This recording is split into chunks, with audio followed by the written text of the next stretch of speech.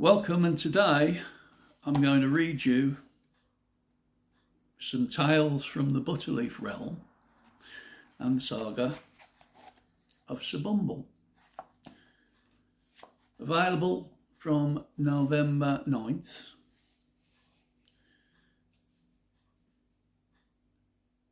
And I'm going to take the whole 10 minutes today, so it'll probably be one or more than one piece. I've got time to read. Let's see. Let's get going. This day they came ashore.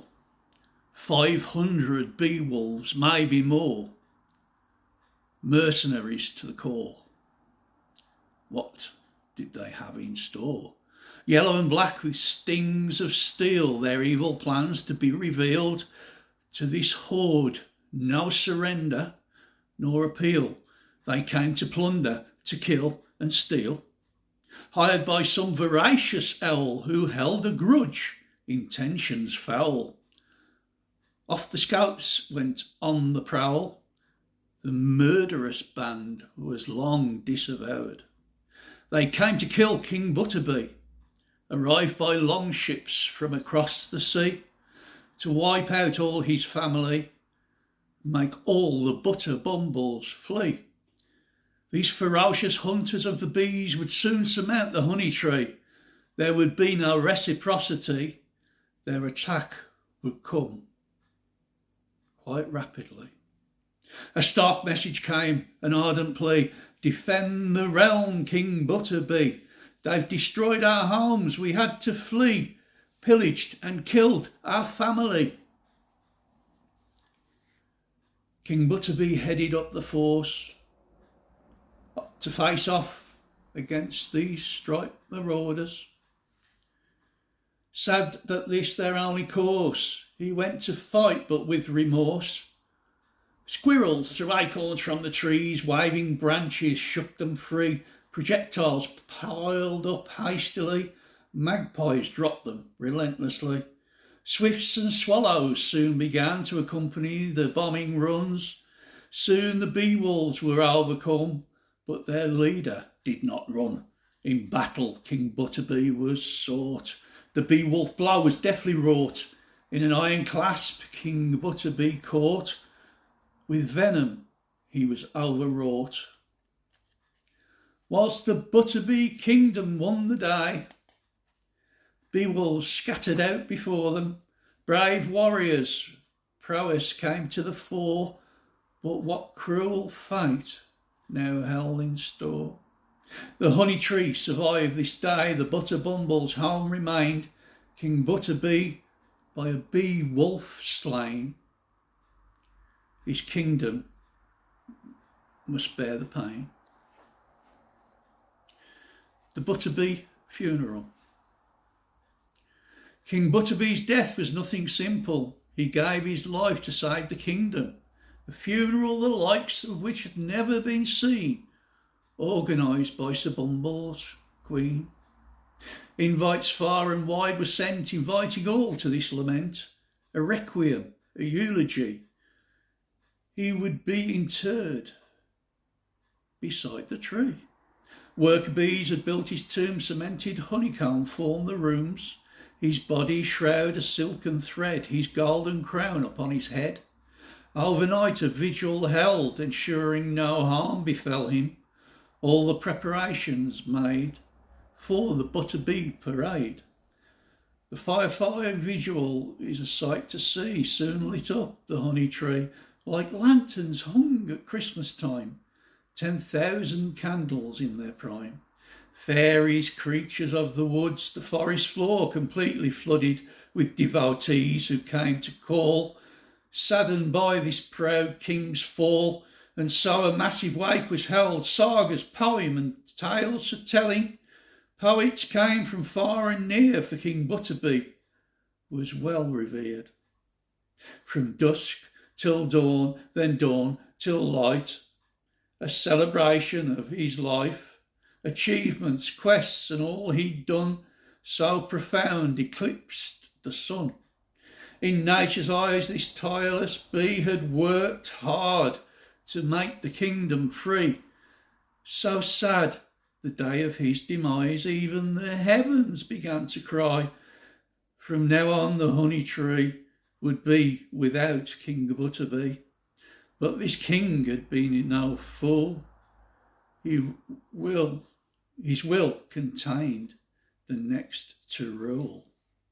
But that is for another day.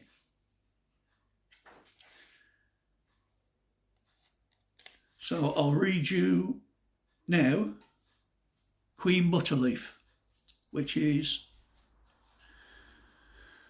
the third generation in the book. A realm now lost in sad confusion. Butterbumbles called for retribution. The council sought a solution. To whom should lead this kingdom fair? Without an heir, now dissolution may have been their soul's conclusion. Yet Butterbumbles grew in such profusion, a leader surely present there. This could be the realm's redemption, don't get lost in misapprehension. A queen to rule was their contention, an answer now to all their prayers. Queen Butterleaf was their appointment, within the week came the announcement, followed by her royal anointment, the first elected Butterbumble queen. Heralds sent out to the proclamation to attend the coronation, which would cement the realm's foundation as the greatest kingdom ever seen. So begins a brand new era, far from and near kings came to see her. All in time would love and revere her, her majesty, the gentle queen. And so the queen commenced her reign, but she would have a different charter. To embrace other kingdoms was her aim, to set up routes for trade and barter.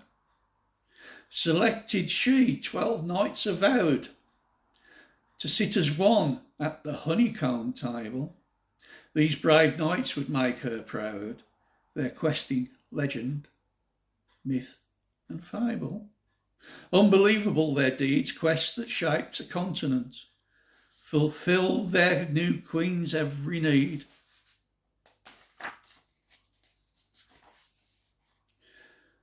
And these new knights of Providence.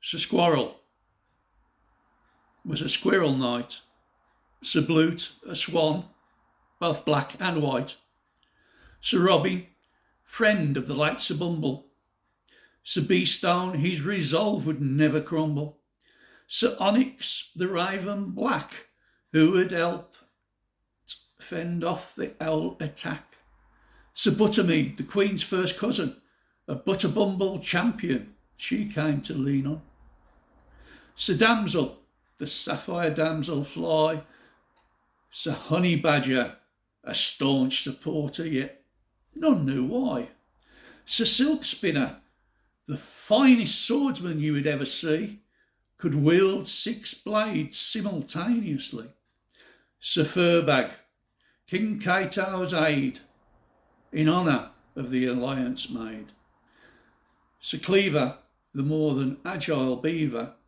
Sir Corbin, a curious crow, and the industry's murder leader.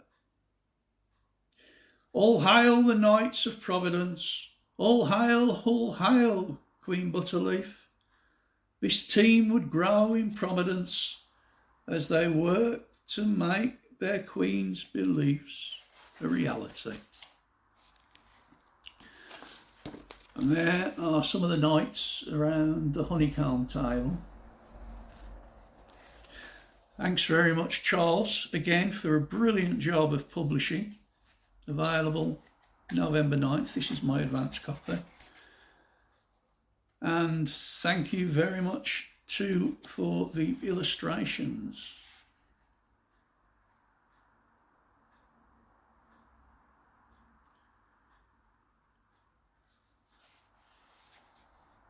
Thank you and bye for now.